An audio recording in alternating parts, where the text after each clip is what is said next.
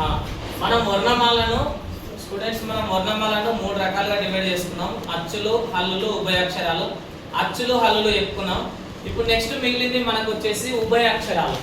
ఉభయాక్షరాలు వచ్చేసి 0, అర 0, విసర్గ. ఏంటిది? 0, అర 0, విసర్గ. ఇక్కడ వచ్చేసి మనము ఈ మూడింటిని మనం ఏం చేస్తామంటే 0ని కానీ అర 0ని కానీ విసర్గాన్ని కానీ ఈ మూడింటిని అచ్చులతో కానీ హల్లులతో కానీ ఉపయోగించడం అనేది వల్ల వీటిని ఉభయాక్షరాలు అంటారు. ఎందుకంటే ఇక్కడ అచ్చులకు ఉపయోగపడుతున్నాయి, హల్లులకు ఉపయోగపడుతున్నాయి, కాబట్టి వీటిని ఉభయాక్షరాలు అని మనము అంటున్నాం. ఇవి ఏంటివి? 0, అర 0, విసర్గ. ఇవి దేంట్లో ఉపయోగపడుతున్నాయి అని చెప్తున్నాం మనం, అచ్చుల్లో, హల్లుల్లో. మనం ముఖ్యంగా అంటే మనం వర్ణమాల అంటే ఏంది? వర్ణం అంటే చెప్పిన వర్ణం అంటే అక్షరం. అక్షరము అంటే నాశనం కానిది. మనం ధ్వనిని బట్టే మనకు ఈ లెటర్స్ అనేవి ఏ విధంగా స్టార్ట్ అవుతాయి అంటే అచ్చులు కానీ హల్లులు కానీ ఏ విధంగా మనం గుర్తుపడతాం అంటే సౌండ్ను బట్టే గుర్తుపడతాం, అంటే ధ్వనిని బట్టే గుర్తుపడతాం. ఒక్కొక్క ధ్వని లోపల అంటే ఒక ధ్వని ఉంటే ఒక లెటరు, 2, 3 ఉన్నప్పుడు ఏ విధంగా ఉంటాం అంటే ఆ అంటే ఒకటే ధ్వని ఉందని మనం ఇంతకుముందు చెప్పుకున్నాం. మా అంటే అందులోపల 2 ధ్వనులు ఉన్నాయి. కావత్ వచ్చినాక అందులోపల 3 ధ్వనులు ఉన్నాయి.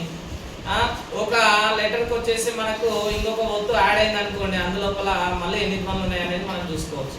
అంటే మనము క్లియర్గా గుర్తుపెట్టుకోండి, మనం ఎప్పుడైతే లెటర్స్ ని కరెక్ట్ గా గుర్తుపడతామో అంటే అక్షరాలను ఎవరైతే కరెక్ట్ గా గుర్తుపడతారో వాళ్ళు ఖచ్చితంగా మిస్టేక్ లేకుండా చదవగలుగుతారు, రాయగలుగుతారు. కాబట్టి అక్షరాలను గుర్తుపడటం అనేది చాలా ఇంపార్టెంట్. కాబట్టి విద్యార్థులందరూ ఖచ్చితంగా అక్షరాలను గుర్తుపట్టడానికి ట్రై చేయండి.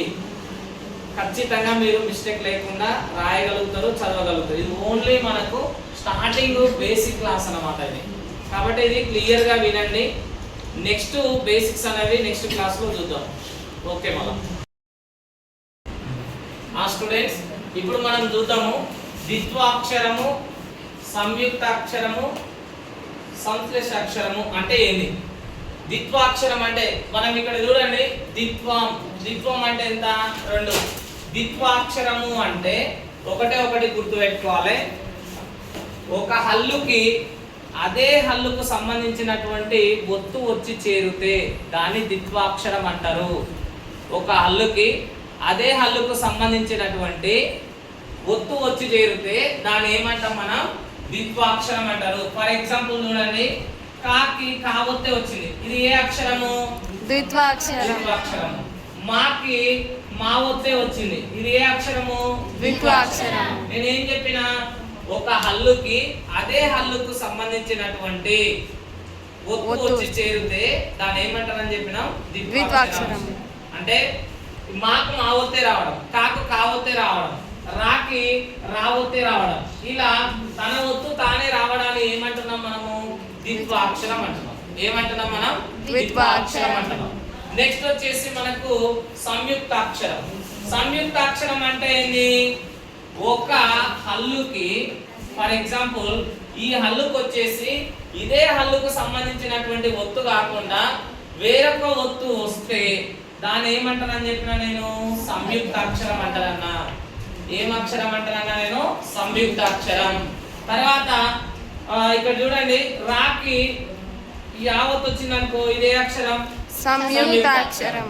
ఫర్ ఎగ్జాంపుల్ మాకి రావత్ వచ్చింది అనుకో, ఏ అక్షరం? సంయుక్తాక్షరం. తాకి మావత్ వస్తే సంయుక్తాక్షరం. అంటే ఒక హల్లుకి అంటే ఒక అక్షరానికి అదే అక్షరానికి సంబంధించినటువంటి ఒత్తు వస్తే ఖచ్చితంగా అది ద్విత్వాక్షరం అవుతుంది. అలా కాకుండా ఒక అక్షరానికి అదే అక్షరానికి సంబంధించినటువంటి అంటే ఒక హల్లుకి అదే హల్లుకి సంబంధించినటువంటి ఒత్తు కాకుండా వేరొక ఒత్తు వస్తే సంయుక్తాక్షరము అంటారు. ఇక్కడ కాకు యావత్ వచ్చింది కాబట్టి ఇది సంయుక్తాక్షరం, కాకు రాకు యావత్ వచ్చింది కాబట్టి ఇది సంయుక్తాక్షరం, మాకు రావత్ వచ్చింది కాబట్టి సంయుక్తాక్షరం, కాకు మావత్ వచ్చింది కాబట్టి సంయుక్తాక్షరం. మరి సంశ్లేషాక్షరం అంటే ఏంది? ఒక హల్లుకి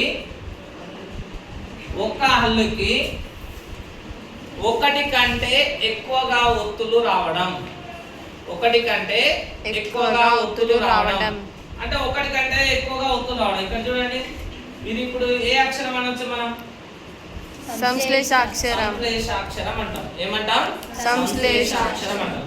అంటే ఒక హల్లుకి ఒకటి కంటే ఎక్కువగా ఒత్తులు వస్తే దాన్ని ఏమంటాం మనం? సంశ్లేషాక్షరం అంటాం. ఇప్పుడు చూడండి, ఇప్పుడు ఇది ఉంది, దీనికి ఇలా వచ్చింది, ఇది ఏ అక్షరం? సంశ్లేషాక్షరం.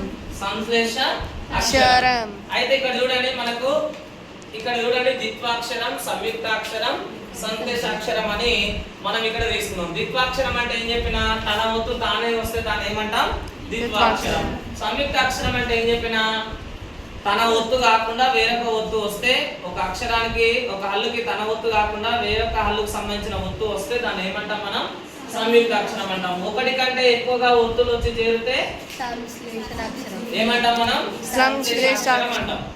ఇవి అక్షరాలు ఈ విధంగా ఉంటాయి. ఓకేనా?